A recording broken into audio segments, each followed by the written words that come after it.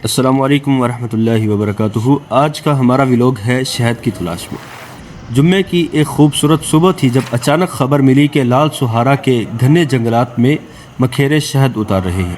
بس پھر کیا تھا، حماد صاحب کا اشارہ ہوا، میں نے فوراً اپنی جگہ خطبے کے لیے خطیب کا انتظام کیا، بائک نکالی اور ہم نکل پڑے ان ویران اور پر اسرار راستوں کی طرف۔ حماد صاحب تو پہلے بھی اس روڈ پر آ چکے تھے، مگر میرے لیے یہ پہلا تجربہ تھا اور دل میں ایک عجیب سی ایکسائٹمنٹ تھی۔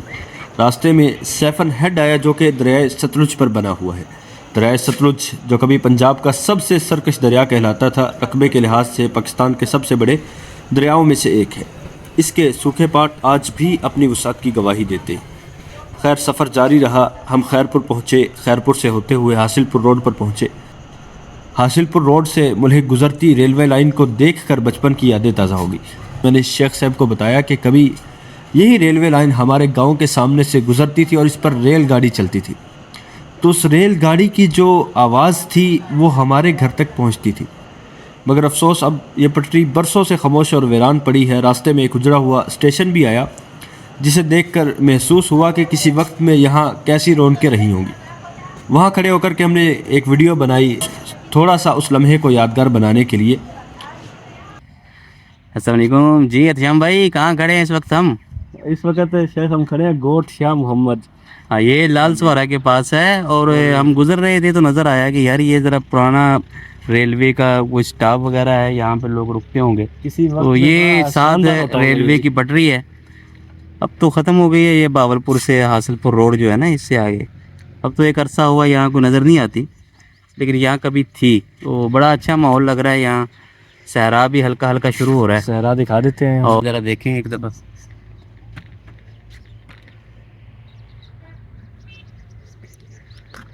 اس سے آگے جنگل شروع ہو رہا ہے لال سوارے کا، وہ پیچھے سامنے جنگل ہی جنگل ہے۔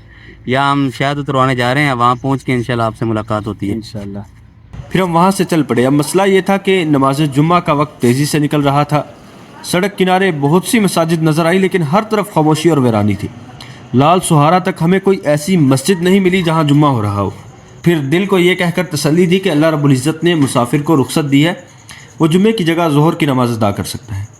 آخرکار ہم لال سہارا پہنچ گئے۔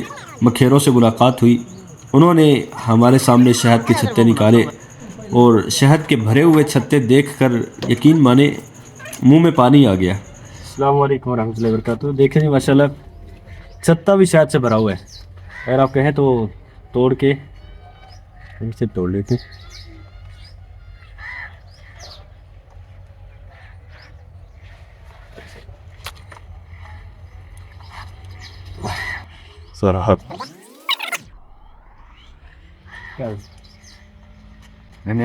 بنا تھا نا میں مشہور کر دینا ٹک ٹاک پہ۔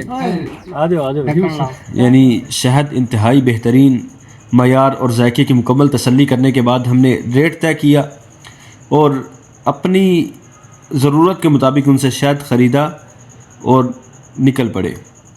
باہر نکلے، قریب ایک مسجد تلاش کی، مسجد میں جا کر کے نماز ظہر اور عصر دونوں کو جمع کیا۔ اس کے بعد ہم نے لال سہارا پارک کا رخ کیا۔ لال سہارا پارک ایشیا کے بڑے نیچرل پارکس میں سے ایک ہے، جہاں صحرا، جھیل اور جنگل کا ایک انوکھا امتزاج ملتا ہے۔ وہاں چند لمحات گزارے اور ہمارا پسندیدہ ٹاپک دفاع صحابہ، اس پر گفتگو ہوئی۔ میرا بنیادی سوال شیخ صاحب سے یہ تھا کہ شیخ صاحب بتائیں کہ آخر کیا وجہ ہے روافض صحابہ کرام سے بغض کیوں رکھتے ہیں؟ صحابہ کرام سے بغض رکھنے کی وجہ کیا ہے؟ جس کا جواب شیخ صاحب نے جو دیا ہے آپ ویڈیو میں دیکھ سکتے ہیں۔ شیخ، بنو امیہ سے جہاں تک میرا خیال ہے ان کی دشمنی کا، وہ یہی ہے کہ جو بھی مسلمانوں میں سے خلیفہ گزرا جس نے اسلام کو پھیلایا ہے، اسلام جس کے دور میں غالب رہا، یہ اس کے بدترین دشمن ہے۔ جس شخص نے اسلامی فتوحات میں جتنا بڑا حصہ لیا ہے نا، جی اتنا زیادہ اس کو تاریخ نے بدنام کرنے کی کوشش کی گئی ہے۔ ٹھیک ہے، اب دیکھیں جہاں باب عمر ہو وہاں سے بھائی نہیں گزرتے، ٹھیک ہے نا؟ کیوں؟ حضرت عمر سے تو کیا دشمنی ہو سکتی ہے، مجھے یہ بتائیں۔ عمر سے کیا دشمنی ہے؟ صرف ایک دشمنی ہے کہ انہوں نے ایران کو فتح کیا۔ معاویہ بن ابی سفیان سے یہ دشمنی ہے کہ ان کے دور میں اسلام پھیلا ہے۔ عمرو بن عاص سے کیا دشمنی ہے؟ مصر کو فتح کیا۔ ٹھیک ہے نا؟ جس شخص نے جتنا زیادہ حصہ لیا ہے اسلام کے پھیلانے میں، اسلام کی نشر و اشاعت میں، اس کو اتنا زیادہ بدنام کرنے کی کوشش کی گئی ہے تاکہ یہ جو ہمارے بنیادیں ہیں اسلام کی، ان کو گرایا جائے۔ بنیادیں گریں گی تو ظاہر ہے اسلام بھی گرے گا۔ تو یہ ہوتا ہے جب آپ صحابہ سے یا رسول اللہ صلی اللہ علیہ وسلم کے سچے ساتھیوں سے بدزن ہوتے ہیں نا، پھر پیچھے رہتا ہے، اس کے بعد پیچھے کچھ نہیں رہ جاتا ہے، حتیٰ کہ لوگ پھر سیدھے کافر ہی ہوتے ہیں، ملحدی ہوتے ہیں۔ آپ جو دیکھتے ہیں نا محرم میں کیسے کھمبیوں کی طرح اگتے ہیں، مطلب ملحدین کو کربلا یاد آ رہی ہوتی ہے، ٹھیک ہے۔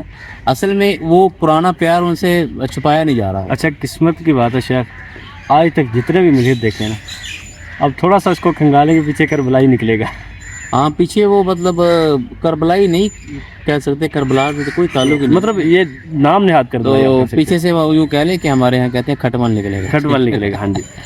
یا پیچھے سے وہ کوئی ایک ہمسایہ ملک کو ماننے والا نکلے گا، تو یہ تو مسائل ہیں۔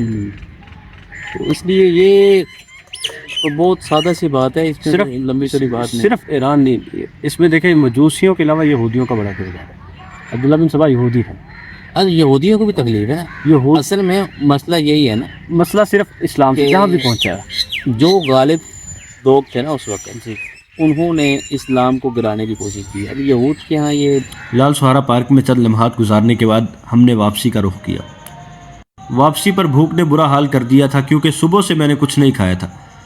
حماد صاحب کا مشورہ تھا کہ ہم خیرپور تحصیل جا کر کے کھائیں گے کیونکہ وہ ایک بڑا شہر ہے تو اچھا کھانا مل جائے گا، مگر میں نے کہا کہ میں صبح سے کچھ نہیں کھا کے آیا اور بھوک کی وجہ سے اب میرا سر درد کر رہا ہے۔ تو میری ضد پر ہم نے ایک مقامی ہوٹل کا انتخاب کیا، لیکن شاید وہ ہماری زندگی کا ایک یادگار غلط فیصلہ تھا۔ جیسے کہتے ہیں نا کہ بندہ سوچ سمجھ کے غلط فیصلہ کرتا ہے، ہم نے سوچ سمجھ کے غلط فیصلہ کیا اور بڑے شوق سے کلیجی کا آرڈر دیا۔ اب کلیجی کیسے تھی کہ پہلا لقمہ لیتے ہی لگ رہا تھا کلیجہ حلق کو آ جائے گا۔ زہر مار کر 4 لقمے لیے اور وہاں سے نکل پڑے۔ تقریباً سورج غروب ہونے والا تھا جب ہم واپسی پہنچے ہیں۔ تھکن تو بہت تھی لیکن خوشی بھی تھی اور سکون بھی تھا اس بات کا کہ ہمیں اچھا شہد اپنے معزز کسٹمرز کے لیے مل گیا ہے، اور انشاءاللہ وہ آپ کی خدمت میں چھتے کی صورت میں بھی پیش کیا جائے گا، اور آپ کو بغیر چھتے کے یعنی صاف کیا ہوا شہد بھی آپ کو پیش کیا جائے گا۔ تو شہد خریدنے کے لیے آپ دیے گئے نمبرز پر رابطہ کر سکتے ہیں۔ السلام علیکم ورحمۃ اللہ۔